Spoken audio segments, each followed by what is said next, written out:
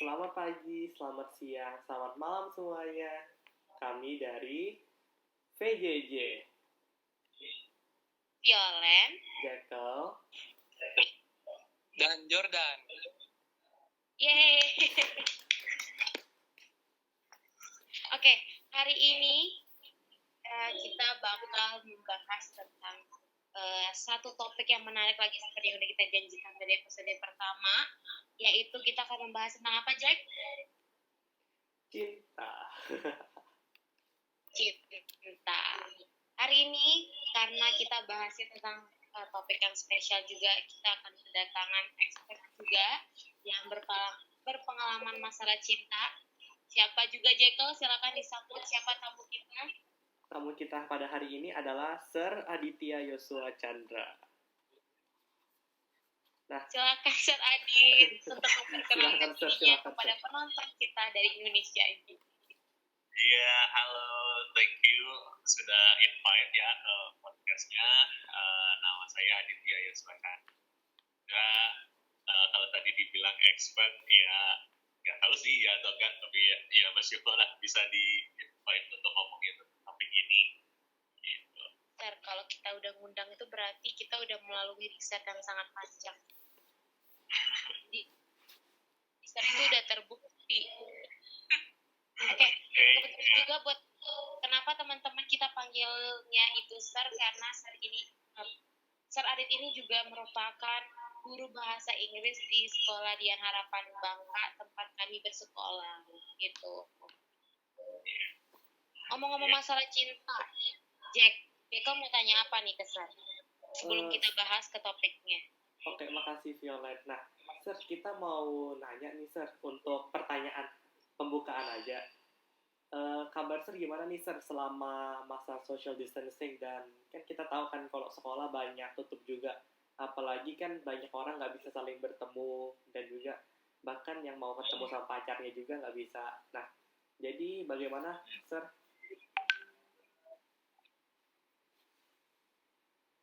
Bagaimana apanya? Bagaimana kabar Sir lah? Kalau saya gimana ya? Karena pada dasarnya memang udah sering diem di dalam rumah sih, jadi kayaknya tentang social distancing nggak terlalu berpengaruh. Cuman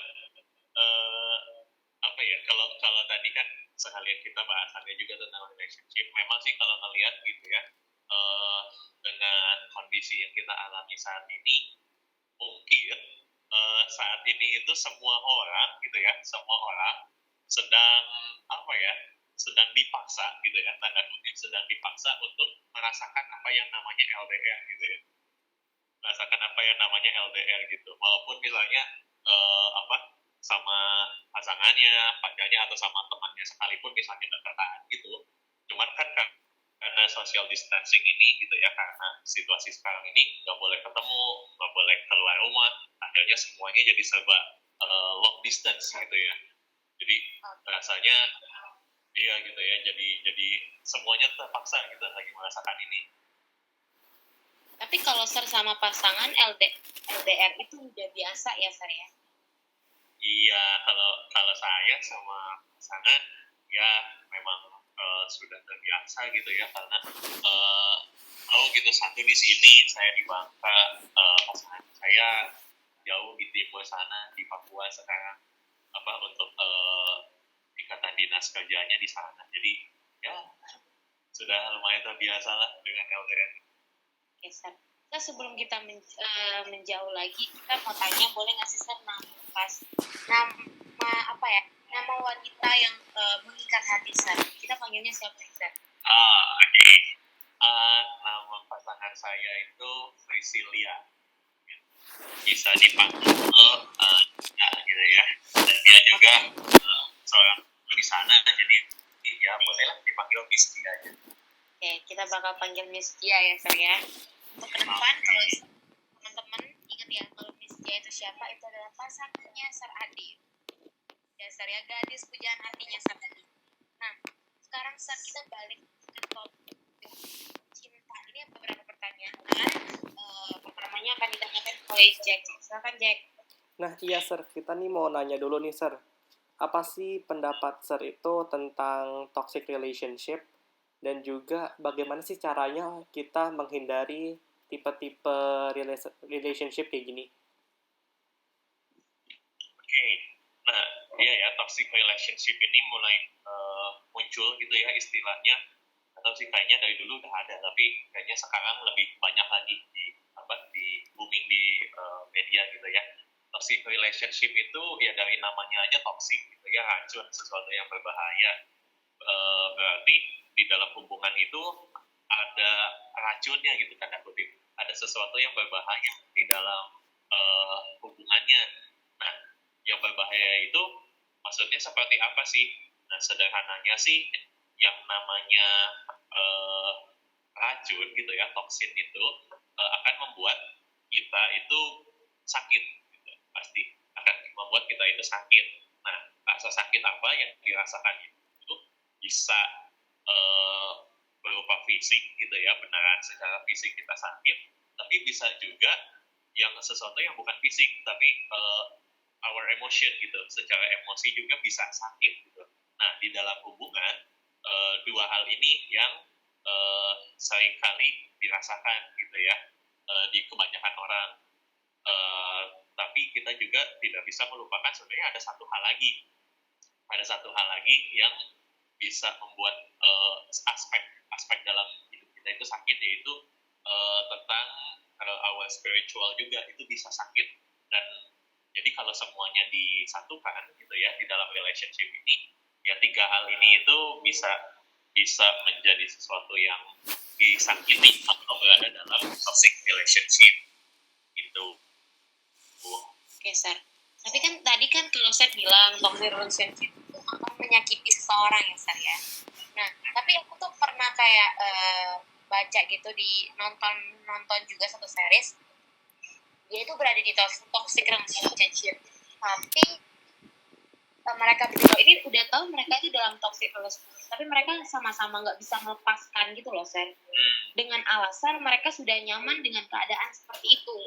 Nah, menurut Sar itu merupakan kalau dilanjutin lagi itu bakal heal atau bisa disembuhin enggak, atau malahan makin tambah parah.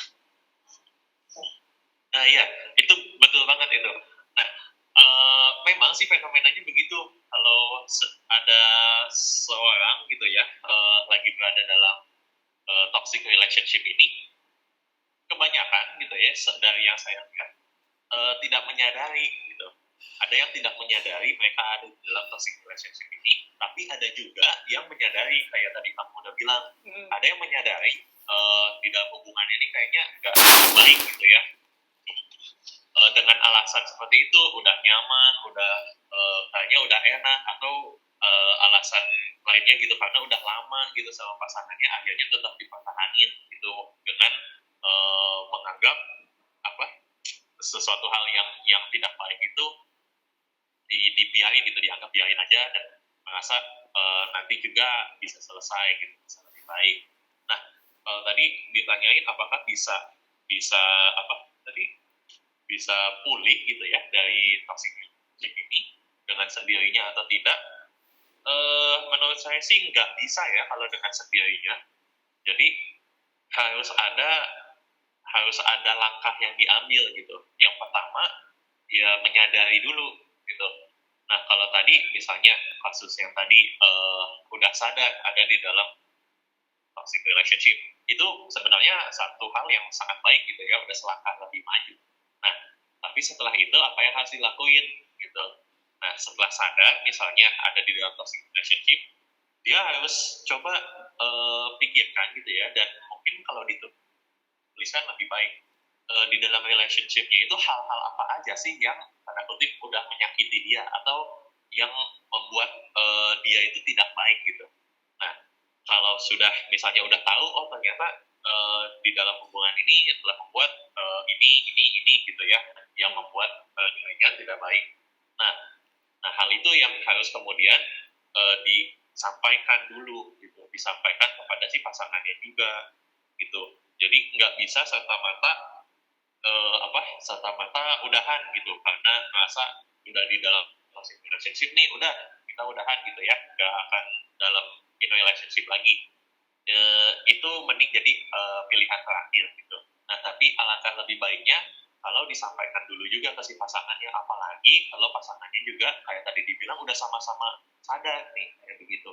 Nah, kalau sudah sama-sama sadar, kan kemudian pilihannya itu bukan cuma lanjut atau putus kan, pilihannya bukan cuma putus gitu kan. Tapi kalau misalnya sama-sama udah sadar, nah justru di situ bisa tetap dipertahankan dan bisa dipulihkan gitu, bisa dipulihkan, bisa dipertahankan asalkan di dalam relationship ini ya benar-benar sepakat gitu.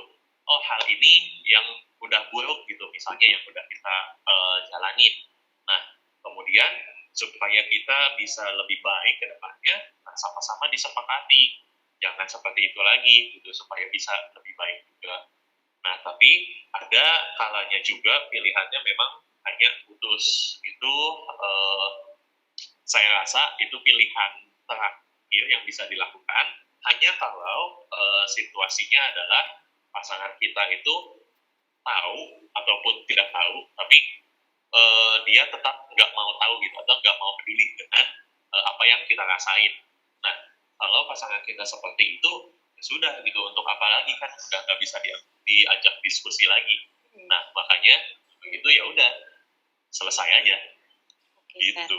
Berarti kalau menurut Sir, kita itu nggak bijak ya untuk langsung hubungan itu langsung. Ketika kita udah sadar itu kita dalam toxic relationship, ya nggak Sir?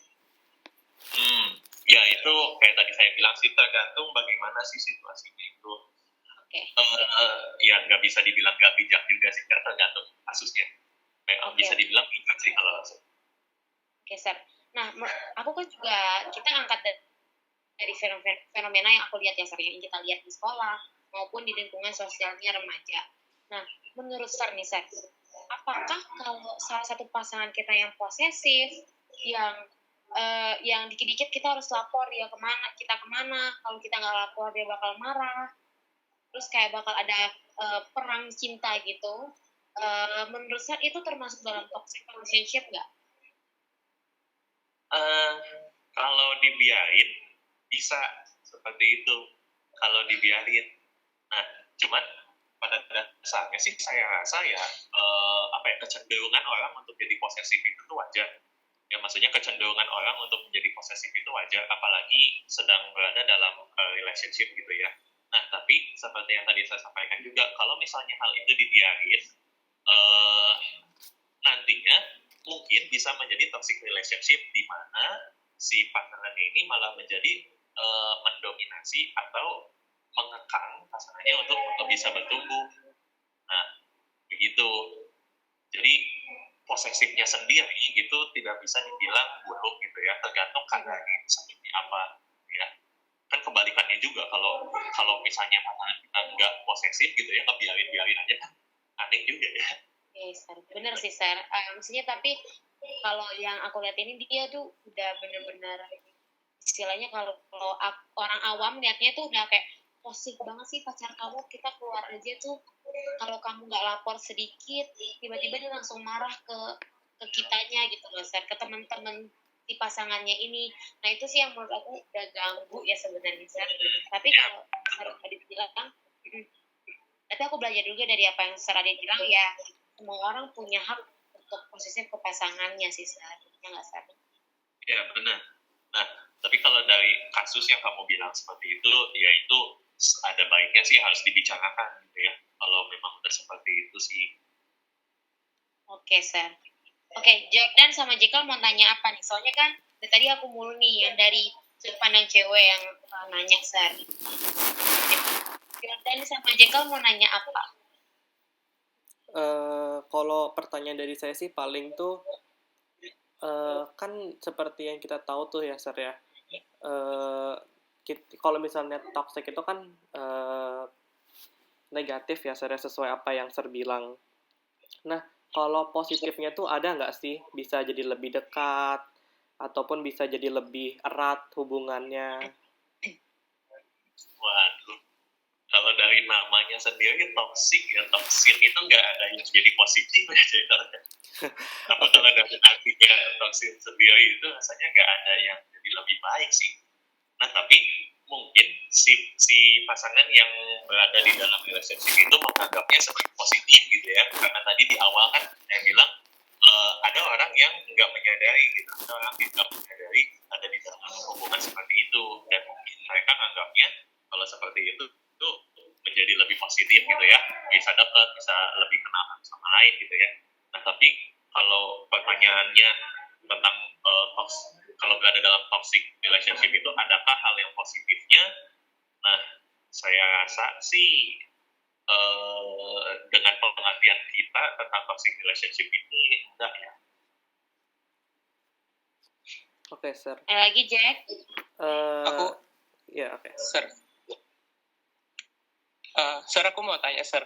Kalau dari pengalaman Sir, pernah nggak, Sir, kayak pernah nggak ada masa kayak Sir ngerasa kalau pernah hubungan Sir itu kayak toxic relationship, pernah ngerasa nggak, Sir?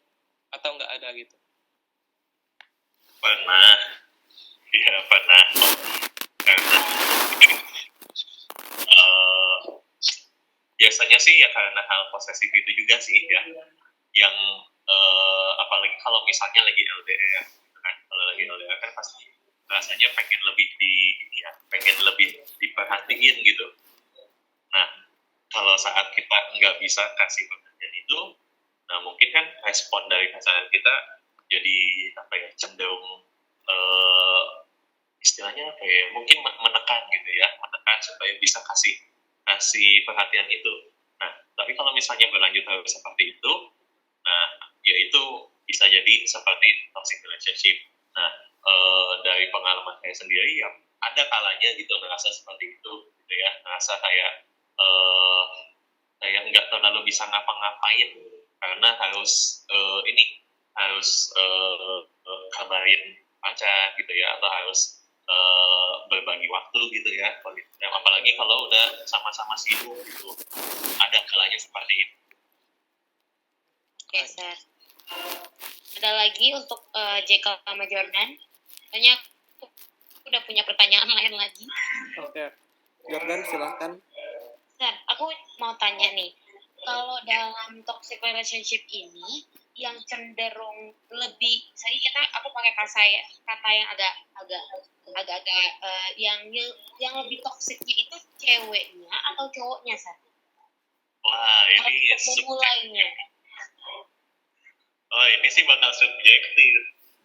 Gimana ya? Saya nggak bisa bilang sih. Saya nggak bisa bilang lebih ke cewek atau lebih ke cowok ya. Karena nyatanya, nah, dua-duanya sama gitu. Dua-duanya sama gitu. Bisa si ceweknya ya yang terlalu mengekang cowoknya, jadi nggak bisa lebih bebas. Tapi kebalikannya juga bisa si cowoknya sendiri malah bisa yang menjadi mengekang si ceweknya. Ya, jadi kalau ditanya apakah lebih ke cewek atau lebih ke cowok, nggak terlalu bisa dijawab siapa gitu, cowok atau cewek itu gitu. Nah, cuma kalau misalnya kamu bertanya dari sisi apanya ya, perbedaannya cowok sama cewek itu seperti apa gitu ya, mungkin cewek bisa cenderung lebih seperti itu. Kenapa? Karena cewek itu kebutuhan emosinya mungkin lebih besar, begitu. Kebutuhan emosinya mungkin lebih besar. Makanya kenapa cewek itu lebih ingin diperhatiin daripada cowok, begitu. Jadi bisa jadi yang memulai itu adalah dari si ceweknya. Nah, tapi bukan berarti cowok itu kebutuhan emosinya nggak ada atau lebih kurang gitu ya. Cowok juga sama, cowok juga butuh kebutuhan itu juga gitu ya. Begitu, jadi kurang lebih sama gitu ya. Besar. Tapi kalau aku lihat dari berbagai, aku pernah baca juga ada penelitian gitu dari salah satu universitas, karena katanya bilang kalau yang cenderung memulai sebuah toxic relationship itu adalah cewek, karena seperti yang saya bilang tadi, kebutuhan emosi dia itu lebih tinggi daripada cowok gitu ya, Sar ya. Besar. Buat teman-teman kita yang belum sadar ataupun mereka nggak tahu sebenarnya toxic relationship itu kayak apa sih. Nah, menurut Sir, ciri-ciri ketika pasangan itu atau sebuah hubungan itu udah mau masuk ke toxic relationship itu gimana? Misalnya apakah keadaan kondisi hubungan kualitas mereka itu bagaimana? Apa ya, salah satu hal yang bisa jadi indikator apakah kita itu berada di dalam toxic relationship atau enggak itu bisa dari kita sendiri atau bisa juga dari luar. Nah, tapi keduanya itu bakal melihat hal yang sama. Nah, apa itu hal yang samanya? Apakah diri kita ini menjadi tidak lebih baik dari sebelumnya atau enggak? Begitu. Secara generalnya seperti itu. Apakah kita setelah berada di dalam hubungan itu menjadi tidak lebih baik atau sebaliknya gitu. Kalau kita menjadi tidak lebih baik, bisa mengindikasikan kita dalam hubungan yang tidak baik, yang kurang baik. Oke, Sir. Berarti itu harus butuh apa ya, Sir ya? Kesadaran dari kedua orang itu sendiri yang menjalin hubungan itu ya, Sir. Iya, si yang menjalaninya itu kalau dia bisa sadar sih ya itu sangat bagus gitu ya. Tapi kalau misalnya sadar, nggak tahu gitu kan ada yang nggak tahu. Ya. Nah, tapi dari mana dia bisa tahu? Itu dari teman-temannya, dari faktor luar tadi yang saya bilang. Nah, bagaimana sih si orang-orang di sekitar itu bisa menjadi indikator apakah hubungan yang sedang dijalani sama dia itu baik atau enggak? Yaitu ketika banyak komentar-komentar dari teman-temannya mengenai dia setelah ada di dalam hubungan itu. Kalau misalnya dibilang gitu ya sama teman-temannya atau sama sahabat-sahabatnya, oh kamu setelah ada di dalam hubungan ini rasanya jadi enggak lebih baik ya, atau hubungan sama teman yang lain juga menjadi kurang baik gitu ya. Nah, itu udah nunjukin satu indikator gitu ya. Berarti ada sesuatu hal nih yang dilihat sama teman-teman yang mungkin enggak kita lihat. Gitu. Oke. Jadi kita harus lihat dari faktor internal maupun eksternalnya juga ya, Sar ya. Untuk kita kalau yang kurang peka, kita bisa mempekakan diri dengan cara kita melihat ke faktor eksternal atau teman-teman kita. Nah, benar, Sar? Ya. Oke. Yang pertanyaan selanjutnya, Jordan, mau kasih pertanyaan sama Sar, masalah LDR ataupun hubungan yang lebih tentang pengalaman Sar. Silakan, Jor. Kalau aku sih mau nanya, Sir. Sebelumnya, saya mau nanya dulu, Sir. Sir sama pasangan Sir itu hubungannya udah berapa lama ya, kalau boleh tahu, Sir? Saya sama pasangan saya udah 1 tahun lebih. Oke, Sir. Nah, lama ya, Sir ya? Ya, lumayan lah. Nah, dari pengalaman Sir selama 1 tahun itu, bagaimana Sir itu yakin kalau pasangan Sir itu adalah pasangan yang terbaik gitu?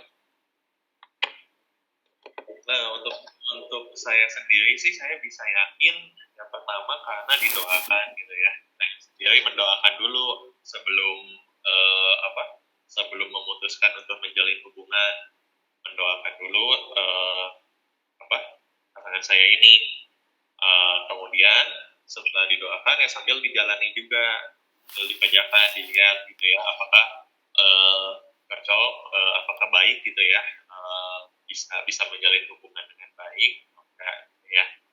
Dan kemudian setelah berada di dalam hubungan juga lebih meyakinkan lagi kalau pasangan saya yang terbaik yaitu ya pasti tetap didoakan juga, dan juga selain itu melihat hal-hal apa yang kemudian itu berubah gitu ya, hal-hal apa yang kemudian itu berubah dari sisi positifnya ya.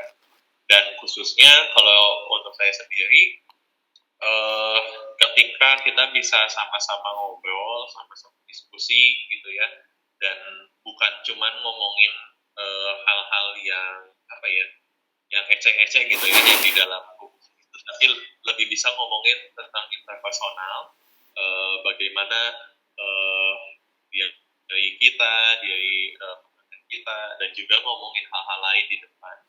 Untuk saya sih itu satu hal yang sangat baik gitu ya, yang bisa meyakinkan juga kalau pasangan saya ini baik gitu ya, dan yang baik. Karena kan pasti di dalam hubungan ya kita nggak cuma ngomongin nanti mau makan apa, nanti mau pergi kemana, kan ya. Tapi banyak hal yang bisa diobrolin dan bisa untuk kita sama-sama bertumbuh gitu ya, sama-sama bertumbuh berkembang.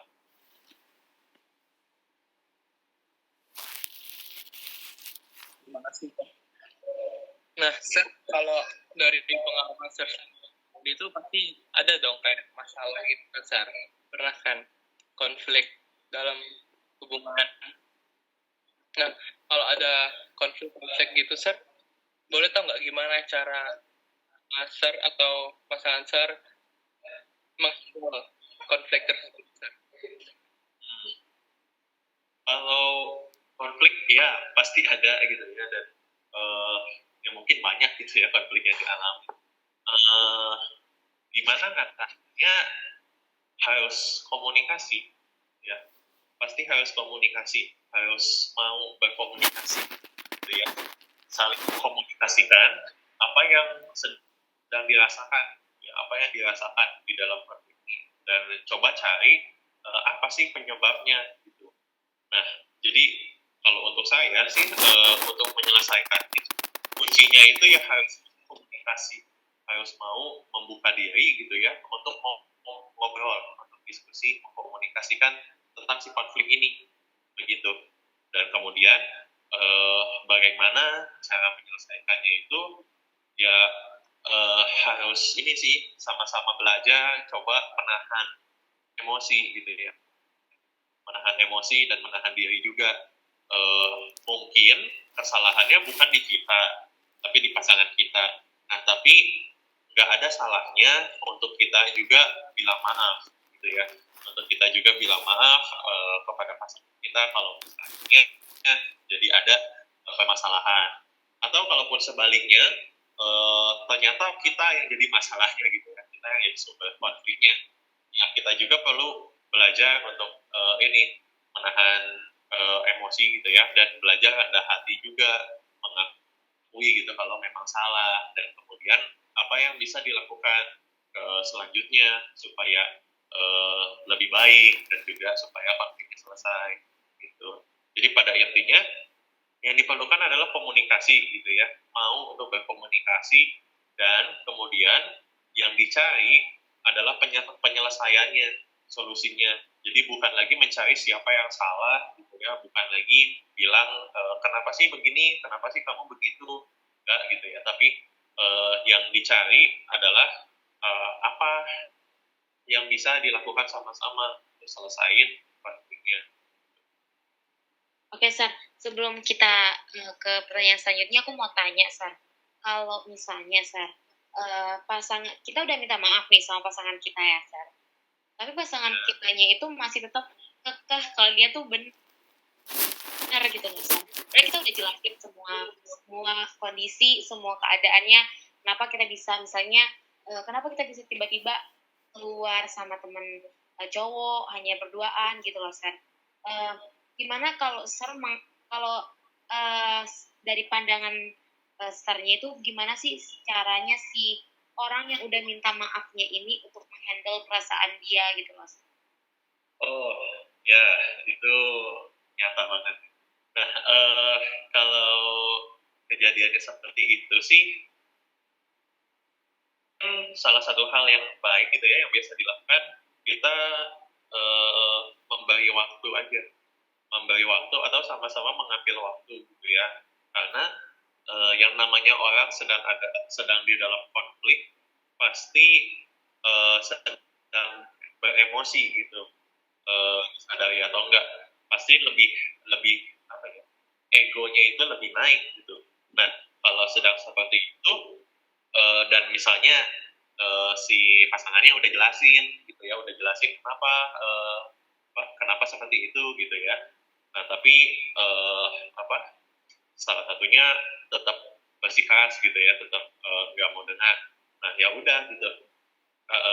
Maksudnya ya udah gitu, kasih waktu gitu, kasih waktu untuk menenangkan diri gitu, kasih waktu untuk menenangkan diri, dan nanti dibilang gitu setelahnya, setelah ini kalau sudah sama-sama tenang, ayo ngobrol lagi gitu. Jadi jangan berhenti di situ, jangan berhenti dengan bilang ya udah terserah, lu udah kasih tahu alasannya begini-begini, lu tetap gak percaya, ya udah terserah gimana aja gitu. Nah jangan kayak gitu ya, itu kasihan kalau seperti itu. Dua-duanya akan merasa lebih tersakiti. Nah tapi ada alangkah lebih baiknya kalau misalnya seperti itu, ya udah salah satu pihak berbesar hati gitu ya, mau si cowoknya atau si ceweknya gitu ya, sama-sama berbesar hati. Ya udah, sekarang kita coba ambil ini dulu, ambil waktu dulu gitu ya, menenangkan diri dulu. Nah tapi janji setelah udah tenang, ayo kita ngobrol lagi gitu. Nah untuk si pihak yang yang mengatakan itunya ya, anggaplah misalnya si cowoknya gitu ya, si cowoknya yang udah jelasin begini rupa, tapi si ceweknya tetap tetap marah. Nah buat si cowoknya, ya udah gitu, kita sama-sama tahu ya pasti cowoknya juga sakit gitu, pasti cowoknya juga bakal ngerasa sedih gitu ya, tapi ya sudah, belajar berbesar hati gitu ya, coba menahan dulu sedikit gitu ya, menahan dulu emosinya juga, dan ya udah menenangkan diri juga, jangan jangan bertambah kesel gitu ya, usahakan jangan bertambah kesel kan ke pasangan. Oke, Sar. Jadi intinya itu ketika kita ada masalah, intinya itu adalah kasih space dan komunikasi ya, Sar ya? Iya, kasih space, kasih komunikasi, dan jangan lupa juga gitu ya, kalau memang kita sudah serius gitu ya, udah serius sama pasangan kita, dan kita mengasihi dia, kita sayang sama dia, nah, jangan lupa kita harus tetap ingat juga, walaupun kita lagi sebel, pun kita lagi ada masalah, jangan lupa kalau kita itu mengasihi dia, jangan lupa kalau kita itu sayang sama dia, dan jangan lupa juga kalau dia juga sayang sama kita. Nah itu penting untuk diingat. Lanjut Jordan, silakan. Jordan ini tanyanya tuh lebih kepada masalah pengalaman, Sar, karena dia mau berkaca dari pengalaman Sar. Ya boleh. Nah, aku mau tanya, Sar. Nah, mungkin agak belum ya. Cuman pernah nggak sih, Sar, sama pasangan Sar itu pernah nggak kayak udah kayak ngerencanain gitu masa depannya mau gimana? Terus gimana mungkin ngurus pertahanan? Udah pernah kepikiran belum, Sar? Untuk keuangan atau lainnya gitu untuk masa depan, Sar, sama pasangan Sar? Iya. Kalau saya sendiri sama kayaknya udah sama-sama ini sih mendiskusikan untuk masa depannya bagaimana ya. Jadi udah pernah ya, kita sama-sama ngomongin juga nanti ke depannya gimana nih, apakah bakal bisa memangnya kalau sama-sama tetap jauh terus gitu. Terus sama-sama diskusinya juga rencana ke depannya mau seperti apa, berapa budget yang kita butuhin ya, tentang keuangan juga. Jadi ya udah sama-sama diobrolin juga sih gitu. Oke, Sar, berarti kalau kita bisa simpulin, Sar ini udah mau tahapnya itu udah serius sekali ya, Sar ya? Iya. Udah serius banget istilahnya. Nah itu tuh, Sar, yang sulit banget. Aku kan orangnya juga suka nonton video-video YouTube dan tentang orang-orang curhat gitu loh, Sar. Ketika dia lagi mengalami masa-masa seriusnya gitu loh. Kalau menurut sharingnya orang-orang maupun sharing dari orang tua aku sendiri ya, Sar, mereka tuh bilang kalau kita itu serius, artinya kita itu benar-benar udah mikirin segala sesuatunya. Nah, kalau kamu serius ya sama satu aja gitu loh, Sar. Tapi kenapa ya, Sar, banyak banget dari sharing-sharing maupun video-video yang aku dengar, banyak banget orang itu ketika udah mau masuk ke tahap seriusnya, dia jadi bosan gitu sama pasangan dia, Sar. Menurut Sar itu karena ada faktor dia sendiri yang merasa bosan atau ada faktor lain gitu loh, Sar? Oke, nah ya ini juga nih yang apa nggak bisa dipungkiri sih, kita semua mungkin pernah atau nanti merasakan seperti ini gitu ya. Nah yang namanya orang memulai hubungan nggak nggak ada kan, nggak ada yang bilang apa kita hubungannya ya cuma buat main-main dulu, kan ya pasti semua juga berharapnya untuk serius. Nah cuman ya kenapa gitu ya setelah dijalani di tengah-tengah muncul seperti itu ya, gimana ya, kalau kamu tanya masalahnya datang dari mana, dari dalam atau dari luar, bisa dua-duanya sih, bisa dari dua-duanya. Kalau dari luar ya bisa aja gitu ya, kan siapa yang tahu gitu kan, ada orang lain yang datang dan orang lain yang mengganggu hubungan gitu ya, yang kita sebut sebagai orang ketiga. Nah itu kan di luar kuasa kita, maksudnya kita kan nggak bisa ngatur dia mau datang kapan atau enggak ya. Nah tapi kita bisa mengatur bagaimana kita meresponi, bagaimana diri kita meresponi kalau ada orang lain gitu ya, yang ada di sekitar kita gitu ya, yang ada di sekitar hubungan kita. Nah bagaimana meresponinya dengan yang baik gitu ya. Nah yang pertama ya ingat itu tadi, kalau misalnya kita serius, kita bilang gitu ya ke pasangan kita, kita serius nih, kalau saya serius sama kamu. Nah untuk kedepannya juga ingin serius. Nah kamunya sendiri apakah serius atau enggak. Nah kalau sama-sama udah serius, ya udah ingat itu terus gitu ya, dan berkomitmen serius. Nah saat kita berkomitmen, maka kita bisa meresponi dengan lebih baik gitu. Kita bisa meresponi hal-hal luar yang menghampiri hubungan kita itu bisa dengan lebih baik ya. Jadi misalnya saat ada orang lain datang, mau ada misalnya ada cewek lain yang datang gitu ya, yang coba ngedeketin gitu ya.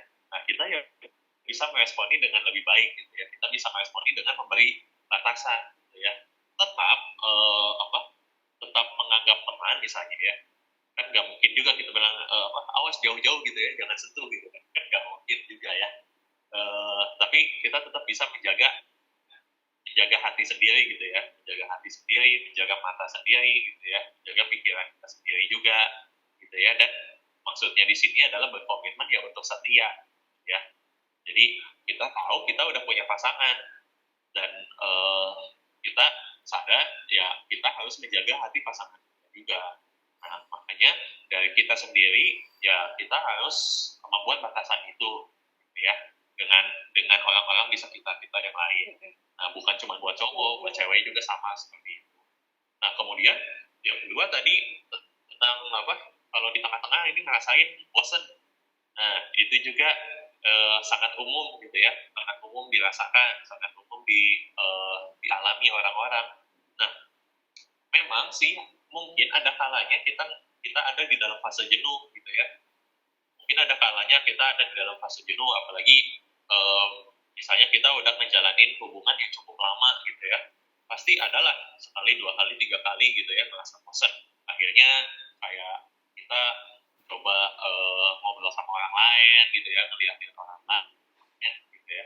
Nah apakah itu benar atau enggak, dibenarkan atau enggak ya? Kalau menurut saya ya itu salah gitu ya. Maksudnya salah itu adalah apa yang dilakukan ketika merasa bosan, itu yang salah gitu ya. Kalau kitanya merasa bosan sendiri, apakah disalahkan atau enggak, ya nggak bisa serta merta disalahkan gitu ya. Namanya orang gitu ya pasti ada bosannya. Nah tapi kemudian tanggapan kita apa, respons kita terhadap rasa bosan itu bagaimana. Nah kalau misalnya kita misalnya nih kita merasa bosan sama pasangan kita sekarang, ya kasih tahu ke pasangannya gitu.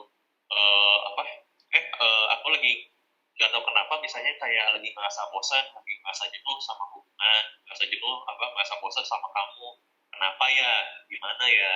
Nah kan dari situ membuka ruang untuk berkomunikasi lagi ya, membuka ruang untuk berdiskusi lagi. Jangan cuman kalau kita merasa bosan ya udah gitu, pacar kita telepon, pacar kita SMS, kita diemin gitu ya, biarin aja, bosan gitu ya. Kalau ditanya kenapa sih, kita cuma jawab nggak apa-apa, lagi bosan doang, kan nggak bagus kalau kayak gitu. Jadi kalaupun kita sedang merasa jenuh, sedang merasa bosan, coba dikomunikasikan lagi kenapa seperti itu. Nah, dan kemudian eh, apa selanjutnya yang bisa dilakuin supaya mengurangi rasa bosan itu. Nah, kan itu bisa banyak cara ya, setiap orang punya caranya masing-masing gitu ya, bisa beda-beda. Mungkin pergi jalan atau ngapain gitu, lakuin hal yang membuat lebih menarik gitu ya. Nah, cuman sih satu hal lain juga gitu ya, kalau kita ngerasa bosan terus-terusan, nah itu baru yang salah gitu ya. Kalau kita ngerasa bosan terus-terusan, nah itu baru sesuatu hal yang perlu kita coba pikirin lagi gitu, kenapa saya ngerasa bosan terus-terusan nih. Apakah saya ngerasa bosan terus-terusan ini karena pasangan saya memang membosankan, atau karena sayanya sendiri sekarang yang udah gak ada rasa. Jadi seperti itu gitu ya. Jadi bisa jadi seperti itu, kita ngerasa bosan ya karena kitanya sendiri kayak udah nggak lagi menyalakan apa ya, ignite the fire gitu ya istilahnya. Kita udah nggak lagi menyalakan api itu gitu di dalam pasangan di dalam hubungan kita, makanya merasa bosan. Nah, kalau seperti itu ya baru kita harus pikirin baik-baik kenapa perasaan saya, hati saya terhadap pasangan jadi surut gitu, jadi udah enggak apa ya istilahnya, ya istilahnya jadi bosen gitu ya. Nah, itu perlu dipertanyakan ada apa. Oke, jadi intinya kita cross check diri kita sendiri, baru setelah itu kita menyadari ya Sar ya. Dan setelah kita menyadari baru kita berkomunikasi. Iya betul. Oke Jordan, sekarang Jordan mau tanya nih Sar, pertanyaan spesial tentang pengalaman dia. Silakan Jordan. Sebelum kita ke situ, mungkin Jekyll ada mau nanya sesuatu nggak? Enggak sih, nggak apa-apa Jo. Oke. Nah selanjutnya Sar ya. Kayak kita tahu ya, mungkin dalam masa pandemi corona ini banyak ya hubungan pasangan-pasangan yang mungkin mengalami LDR secara tiba-tiba ya. Mungkin Sir bisa kasih saran gitu, gimana kalau dari pengalaman Sir itu menjaga hubungan ketika lagi LDR. Nah kan kalau Sir kan lebih profesional, lebih udah mahir dalam LDR ya Sir ya. Jadi itu gimana menjaga hubungan pas lagi LDR? Menjaga hubungan pas lagi LDR ya, apa ya, cara paling baik untuk jaga hubungan gitu ya pas lagi LDR, harus mempertahankan komunikasi sih, mau tidak mau, karena komunikasi itu kunci sih menurut saya ya. Di dalam hubungan itu tuh komunikasi itu sangat penting gitu. Nah, jadi untuk mempertahankan hubungan pas lagi LDR ya harus komunikasi juga, banyak-banyak komunikasi gitu, saling cerita apa yang sedang dialami, apa yang sedang dirasain, kayak berbagi cerita. Nah itu bisa mempertahankan hubungan lebih baik gitu ya. Selain itu untuk mempertahankan hubungan, ya coba cari kegiatan, coba cari sesuatu hal yang bisa dilakukan. Nah, jadi ini mungkin suatu hal yang berbeda gitu ya. Kan kalau tadi berkomunikasi maksudnya ya sering-sering ngobrol gitu ya, chatting, SMS, telepon gitu ya. Nah tapi kita juga jangan melupakan untuk coba cari aktivitas apa yang bisa kita lakuin gitu. Nah kenapa itu penting? Kenapa kita juga tetap harus lakuin aktivitas itu penting? Karena ya kalau misalnya kita nggak punya hal apapun untuk dikerjain gitu ya, kita nggak tahu mau ngapain, atau ya kita apalagi kayak lagi situasi seperti ini gitu ya, di dalam pandemi ini kita juga diam terus di rumah, nggak ngapa-ngapain, kecenderungan kita ya pasti hanya ingin ngobrol sama pasangan kan. Nah tapi hal itu juga kita harus lihat apa ya, harus bisa mengantisipasinya. Bagaimana nanti kalau misalnya kita udah terlalu sering ngobrol dan kita cuma pengen ngobrol gitu ya, tapi kita nggak tahu mau ngomongin apa, istilahnya seperti itu gitu ya. Kita nggak tahu mau ngomongin apa, kita apa nggak tahu hal apa yang bisa diceritain gitu ya. Atau bahkan eh, apa ya, atau bahkan saat kita misalnya nggak punya kegiatan apa-apa, eh, sedangkan pasangan kita misalnya lagi ada sesuatu yang dikerjain, nah kan hal itu juga malah bisa menjadi konflik sebenarnya. Tuh. Jadi istilahnya apa ya, harus harus banyak-banyak bisa mengantisipasi gitu ya.